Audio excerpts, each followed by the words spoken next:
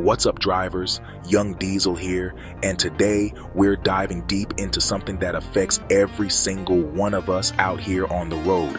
Whether you're running your own rig or you're thinking about which company to lease on with, this video could change everything you thought you knew about the big players in this industry. Now, I know what you're thinking. You've heard the names: UPS, FedEx, JB Hunt. These companies move America. But what you're about to hear might shock you, because behind those shiny logos and those massive fleets, there's a story that nobody's really talking about. And by the end of this video, you're going to understand why some of these companies aren't what they seem. Let me start by saying this. I've been behind the wheel for years now, and I've seen drivers come and go. I've watched companies rise and fall, and I've learned one thing: the biggest doesn't always mean the best. In fact, sometimes the biggest means the most problems. Let's talk about UPS first. They're number one, right?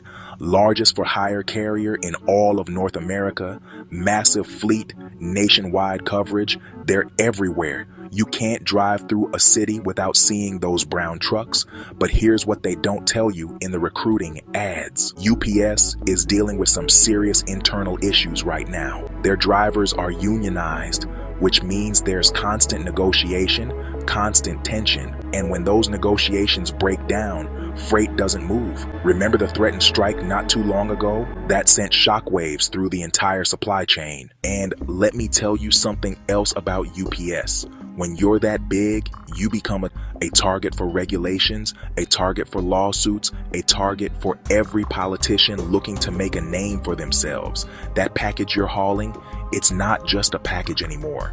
It's a liability.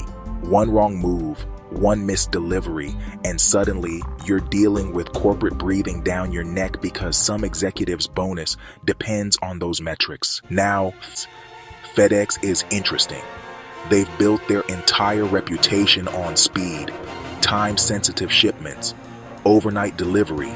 Sounds great, right? But think about what that means for you as a driver. That means pressure, constant, unrelenting pressure. You're not just fighting traffic and weather, you're fighting the clock. Every single minute matters. And when you're running that hard, that fast, for that long, something's gotta give. Either it's your health, your family time, or your safety record. FedEx operates on a model that demands perfection in an imperfect world. And here's the kicker: a lot of FedEx drivers aren't even FedEx employees. They're contracted out, independent operators who take on all the risk while FedEx controls the rates and the schedules. You're running your own business, except you're not really running it. They are. Let's shift gears and talk about JB Hunt. Now, this is where things get really interesting. JB Hunt is a powerhouse in truckload and intermodal freight. They move everything from retail goods to automotive parts. They've got flexibility, they've got scale, they've got technology. On paper, they look perfect, but dig a little deeper and you'll find something most people don't know. JB Hunt has been aggressively pushing into intermodal. That means rail plus truck. And while that might sound efficient, it also means they're taking loads off the road and putting them on trains. What does that mean for you? Fewer full truckload opportunities, more dray edge work, which is short haul, high stress, and often lower pay per mile. They're changing the game, and not everyone's winning. And here's something else about JB Hunt. They've been investing heavily in technology, automated systems, tracking, telematics, predictive algorithms. Sounds cutting edge, right? But what that really means is they're monitoring everything. Every mile, every stop, every gallon of fuel. Big Brother is always watching. And when you're under that kind of microscope, the job stops being about driving and starts being about data points. Schneider National, another giant. Truckload, intermodal, logistics. They serve retail, food, automotive, chemicals, diverse portfolio, but Schneider has been going through some changes lately. They've been trimming their fleet, cutting back on trucks, focusing more on brokerage and logistics management rather than actual hauling. What does that tell you? It tells you they're getting out of the driver business and getting into the middleman business. And when a company stops investing in drivers and starts investing in algorithms, you better believe your value as a human being behind that wheel goes down. Old Dominion Freight Line. Now here's a company with a reputation. Less than truckload or LTL and expedited freight. They're known in the industry for treating their drivers well, for having good equipment, for paying decent, and that's all true. But let me ask you this, how long can that last? Because in this industry, when everyone else is cutting costs, squeezing margins, and pushing drivers harder, can a company that treats people well really compete?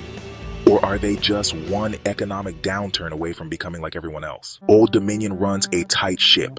Their service is top-notch because their standards are high, but high standards mean high expectations. You're going to be held to a level of performance that not everyone can maintain. And if you slip, if you make a mistake, they've got a line of drivers waiting to take your spot. Knight-Swift Transportation Holdings. This is the mega carrier, one of the largest truckload carriers in the entire country. They've got thousands of trucks, tens of thousands of drivers. They serve everyone. But here's the thing about Knight-Swift. They got this big through mergers and acquisitions.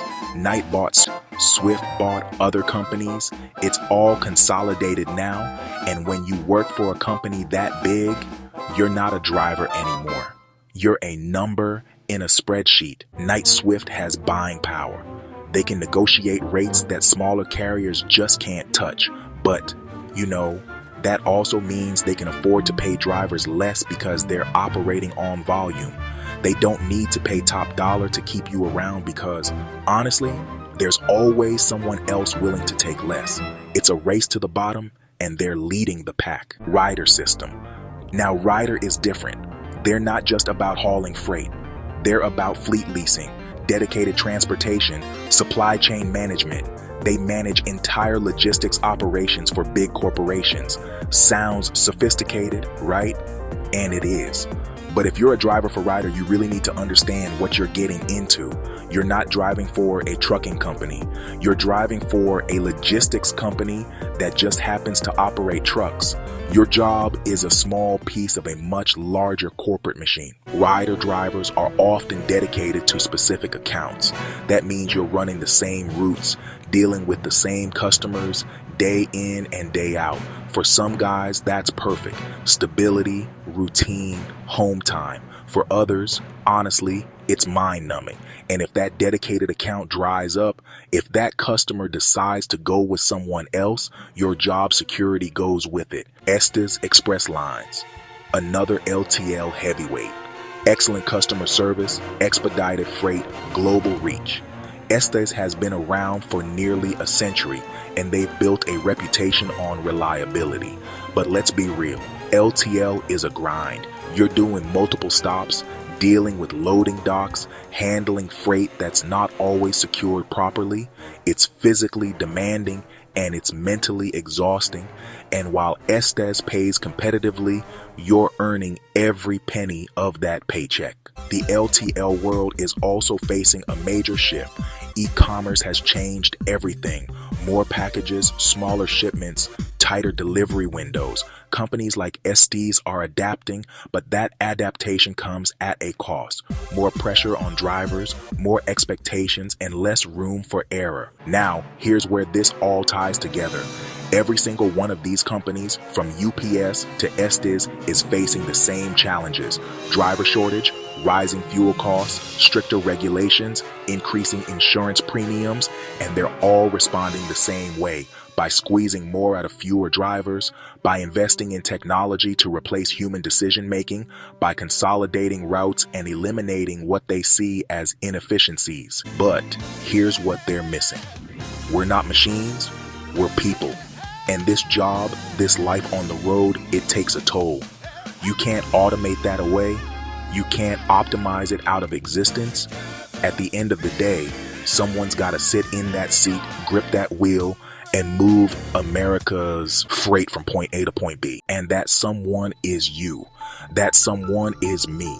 That someone is every driver out there right now fighting traffic, fighting weather, fighting fatigue to make sure the shelves are stocked and the economy keeps moving. So, what's the point of all this? Why am I telling you this? Because you need to know what you're getting into. Whether you're a rookie looking for your first company or you're a veteran thinking about making a switch, you need to understand that these big names come with big trade-offs. UPS might have the size, but they've got the union drama. FedEx might have the speed, but they've got the pressure. J.B. Hunt might have the technology, but they've got the surveillance. Schneider might have the diversity, but they're shifting away from drivers. Old Dominion might have the reputation, but they've got the standards. Knight-Swift might have the volume, but they've got the turnover. Ryder might have the contracts, but they've got the corporate layers. Estes might have the legacy, but they've got the grind. None of these companies are perfect. None of them are the promised land. They all have pros and they all have cons. And the company that's right for one driver might be completely wrong for another. What matters is that you go in with your eyes open. Do your research. Talk to drivers who actually work there. Not the recruiters, not the corporate spokespeople, but the guys and gals who are out there doing the job every single day. Ask about home time. Ask about pay structure. Ask about equipment maintenance. Ask about turnover rates. Ask the hard questions. And here's the big one. Ask yourself what you actually want from this career. Do you want stability? Do you want miles? Do you want home time? Do you want respect? Because different companies are going to give you different answers to those questions. Some of you are probably thinking, what about the smaller carriers? What about regional companies? And you're absolutely right to ask, because sometimes the best opportunity isn't with the biggest name. Sometimes it's with a company you've never heard of, running routes you didn't know existed, treating drivers like human beings instead of assets to be managed. I mentioned DVL Express earlier. They're based in Illinois. They specialize in oversized and overweight cargo. They've got high customer satisfaction. Why? Because they're not trying to be everything to everyone. They're focused, they're specialized, and they treat their people well because they can't afford not to. When you've only got a few dozen drivers instead of a few thousand, every single one matters. The trucking industry is changing fast. Autonomous vehicles are coming, electric trucks are coming, regulations are getting tighter, margins are getting thinner, and these big carriers are positioning themselves for that future. But that future might not include you and me the way we think it will. So while you're considering these companies, while you're weighing your options, just remember this. Your time, your skill, your safety, and your sanity all have value. Don't sell them cheap. Don't compromise what matters to you just because some recruiter made big promises. Every company I've talked about today is legitimate. They're all major players. They all move freight successfully, but successful for the company doesn't always mean successful for the driver. And that's the truth nobody wants to say out loud. You've got choices, more choices than you might think. And in an industry that's constantly telling drivers they're disposable, the most powerful thing you can do is choose wisely. Choose the company that aligns with your values, your goals, and your life. Because at the end of the day, this isn't just a job, it's your life, it's your family, it's your health, it's your future. And no corporate logo, no matter how big or how recognizable, is worth sacrificing those things. I've laid it all out for you. The good, the bad, and the ugly truth about America's biggest freight haulers. Now it's up to you to decide what to do with this information. If you found this video helpful, if it gave you something to think about, hit that like button and subscribe to the channel.